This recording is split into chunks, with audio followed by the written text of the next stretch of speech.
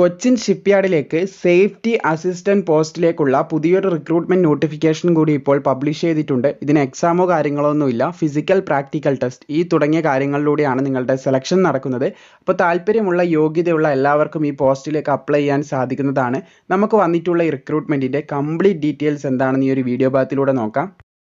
അപ്പോൾ നമ്മൾ പറഞ്ഞു വന്നതുപോലെ തന്നെ കൊച്ചിൻ ഷിപ്പ്യാർഡിലേക്കാണ് പുതിയൊരു റിക്രൂട്ട്മെന്റ് നോട്ടിഫിക്കേഷൻ കൂടി ഇപ്പോൾ ഓൺലൈനായിട്ട് ക്ഷണിച്ചിട്ടുള്ളത്. നമുക്കിതിൻ്റെ കംപ്ലീറ്റ് വിവരങ്ങൾ നോക്കാം.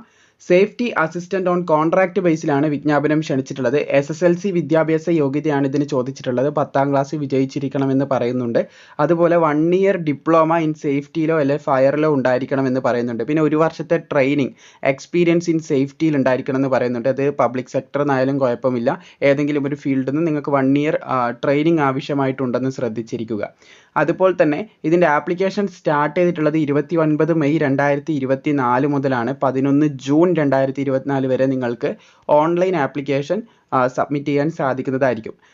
ദെൻ ഓൾസോ നിങ്ങൾക്ക് ഇവിടെ കാണാൻ സാധിക്കും ഇതിൻ്റെ ടോട്ടൽ വേക്കൻസി എന്ന് പറയുന്നത് 34 ഒഴിവുകളാണ്. ഓരോരോ കാറ്റഗറിക്കും റിപ്പോർട്ട് ചെയ്തിട്ടുള്ള വേക്കൻസീസ് നിങ്ങൾക്ക് ഇവിടെ നോക്കി മനസ്സിലാക്കാൻ സാധിക്കുന്നതുമായിരിക്കും.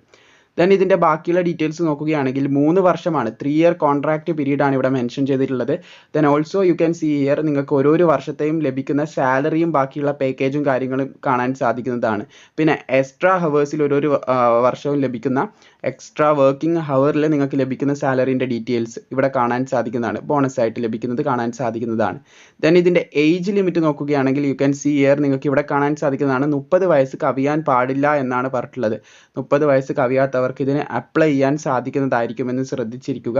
ദെൻ അതുപോലെ തന്നെ OBCക്ക് 3 വർഷത്തെയും SC/STക്ക് 5 വർഷത്തെയും പ്രായത്തിൽ ഇളവ് ലഭിക്കുന്നതായിരിക്കും. പിന്നെ ഇതിന് എക്സാം ഇല്ല. പ്രാക്ടിക്കൽ ടെസ്റ്റ് അതുപോലെ ഫിസിക്കൽ ടെസ്റ്റ് ഇതിൻ്റെ ബേസിലാണ് ഇതിൻ്റെ സെലക്ഷൻ നടക്കുന്നത്. മൊത്തം 100 മാർക്കിനാണ്.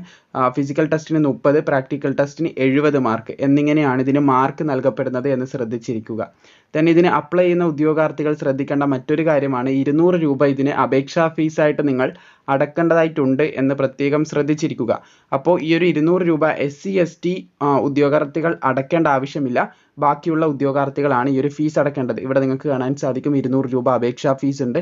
അതുപോലെ തന്നെ SC/ST need to no pay application fee എന്നാണ് അങ്ങനെയാണ് പറഞ്ഞിട്ടുള്ളത്. Which mean no need to pay any fees ആണ് ഇവിടെ ഉദ്ദേശിച്ചിട്ടുള്ളത്.